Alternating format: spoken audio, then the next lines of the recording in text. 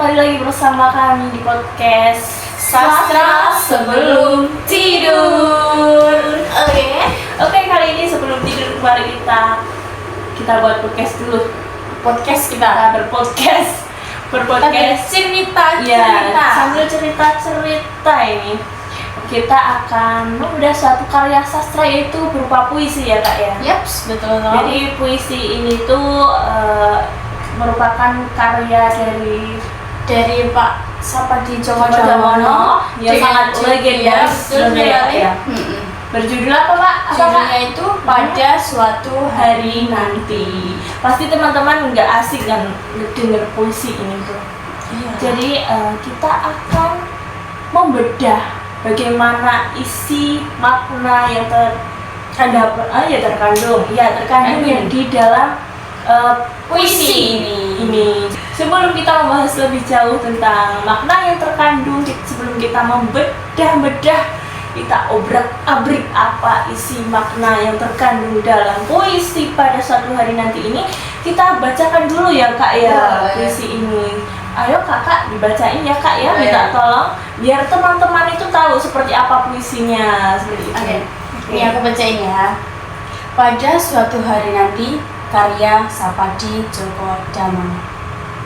Pada suatu hari nanti, jasadku tak akan ada lagi. Tapi dalam baik-baik saja ini, kau tak akan kurelakan sendiri. Pada suatu hari nanti, suaraku tak terdengar lagi. Tapi di antara larik-larik saja ini, kau akan tetap kusiasati. Pada suatu hari nanti, impianku pun tak dikenal lagi. Namun di sela-sela huruf saja ini, kau tak akan letih-letihnya ku cari. Ya, seperti itu maknanya sudah tentu sangat mendalam ya kak ya. Dilihat dari bait-baitnya, bait-bait dari kata per katanya aja sudah sangat kelihatan itu maknanya sangat dalam ya. Jadi kita akan membedah puisi ini ya kak. Puisi yang tentu maknanya sangat dalam. Ini judulnya Puisi Pada Suatu Hari Nanti. Nah, dari puisi yang dibacakan oleh Kak Sofi tadi kan kalian juga sudah mendengarkan ya teman-teman. Ada pengulangan kata, yaitu pada suatu hari nanti. Sebanyak tiga kali ya kak? Iya. 3 kali. Jadi setiap kata pada suatu hari nanti ini tuh sangat mengandung kata-kata yang sangat menyentuh ini kak. Kan pada suatu hari nanti. Jadi kayak ntar zaman nggak tahu kapan gitu ya. Misalnya 3 tahun ke depan itu apakah aku masih bersama engkau ataukah kita sudah berpisah? Nah itu kan dari aspek bunyinya yang pengulangan itu sangat mendalam kak. Karena itu juga walaupun sederhana tapi maknanya dalam itu. Lalu kita akan membahas dari aspek leksikal, dari pilihan kata ya kak. Leksikal ya, pilihan kata ya kak. Nih kalau pilihan gimana kata itu kak? Pilihan kata dari Pak Sapadi Djoko Damono ini memilih kata yang sangat sederhana, tapi dalam kata yang sederhana ini memiliki makna yang sangat-sangat dalam gitu teman-teman. Ya, jadi isi sederhana itu contohnya kayak tadi ada jasad, kita bisa tahu jasad itu mayat gitu ya teman-teman. Terus ada bait, ada suara, ada larik dan ada huruf. Lalu kita mau bahas dari yang mana lagi ya? Mungkin kita bahas dari segi, kan kita ini anak sastra ya? Iya. Kita anak sastra, jadi kita akan membahas dari segi aspek atau segi sintaksis. Oke. Sintaksisnya kak, kita kan anak sastra kak. Jadi kita akan menganalisis dari puisi ini itu menggunakan struktur paralel kak. Itu dimulai dengan waktu futuristik yang sama. Jadi kan dari ini ya, pada suatu hari nanti jasadku tak akan ada lagi. Nah itu seperti sebuah pernyataan.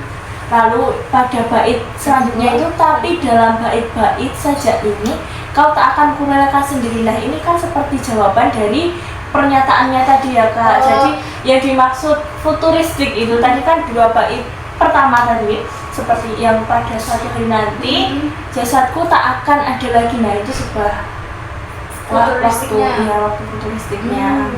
Terus yang 2 baitnya itu jawabannya dari 2 bait di atasnya tadi ya Kak ya. Itu secara sintaksis. Jadi struktur ini tuh menciptakan irama yang menyihir, menyihir sekali, pim pim pom gitu ya. Oke lanjut Kak, apain sih? Udahlah. Nggak, dari si sintaksis ini belum selesai Kak. Ini kan kita menganalisis dari yang apa ini? Yang secara emosional ini Kak. Secara emosional ini kan iramanya itu sangat menyihir ya Kak. Sangat menyihir dan konsisten memperkuat perasaan bahwa kehadiran penyair itu tetap ada meski secara fisik itu sudah terlihat. Jadi seperti ya walaupun dia itu sudah pergi tapi masih ada di sini gitu Kak. Kayaknya dari mati ini ya. Jadi walaupun secara fisik sudah tidak terlihat Kak, tapi seperti kenangannya itu masih melekat di hati seperti itu. Jadi kayak ada ini bicarain puisi apa kisahmu ini? Dua-duanya Kak. Ini podcast tapi curhat, tapi bersampul curhat. Nggak apa-apa juga dikit-dikit. Jadi kayak seperti Rindu Sebatas Al-Fatihah ya Kak ya. Udah fisiknya udah nggak terlihat tapi kenangannya itu masih melekat, masih ada di sini di hati. Jadi ada ruang tersendiri gitu ya. Ada ruang tersendiri. Orangnya udah nggak ada. Seperti itu Kak, itu seperti makna dari puisi ini tadi. Puisinya Pak Sabta. Berarti ini bukan cuma untuk tentang kisah percintaan gitu ya Kak? Enggak hanya itu Kak, ini lebih daripada itu. Tugas bomba. Maksudnya bomba itu ya?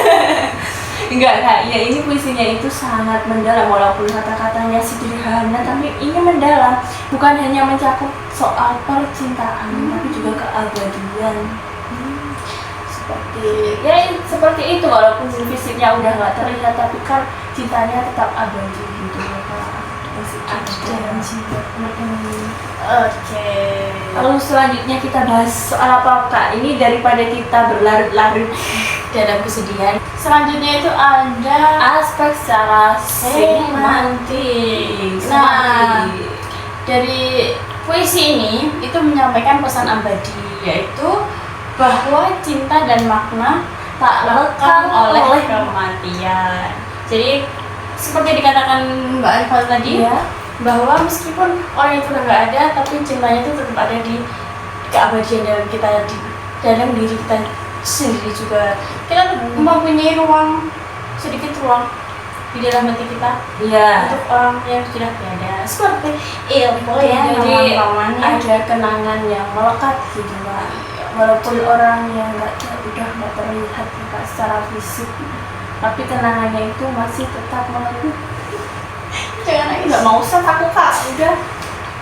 Jadi Kak, sebelum kita akhiri, kita kasih kesimpulan dulu Kak, biar teman-teman tidak pusing. Ini kesimpulannya apa, malah isinya curhatan kita ini ya Kak ini. Jadi gimana Kak kesimpulan dari puisi Pada Suatu Hari Nanti karya Pak Sapardi Djoko Damono? Jadi puisi ini menunjukkan bahwa Pak Sapardi itu mengajarkan kita bahwa meski raganya sudah musnah, cinta bisa abadi dalam lari. Nah, itu juga lah yang merupakan keajaiban puisi ya Kak, bisa mengenang orang di dalam puisi, dalam kenangan, bisa mengabadikan orang dalam tulisan, salah satunya dengan puisi. Oke teman-teman, terima kasih sudah mendengarkan. Sampai jumpa di kesempatan berikutnya dalam podcast Sastra Sebelum Tidur bersama saya Fajar Arifati Solihah dan saya Sofi Arifati Solihah. Kami pamit undur diri, sampai jumpa.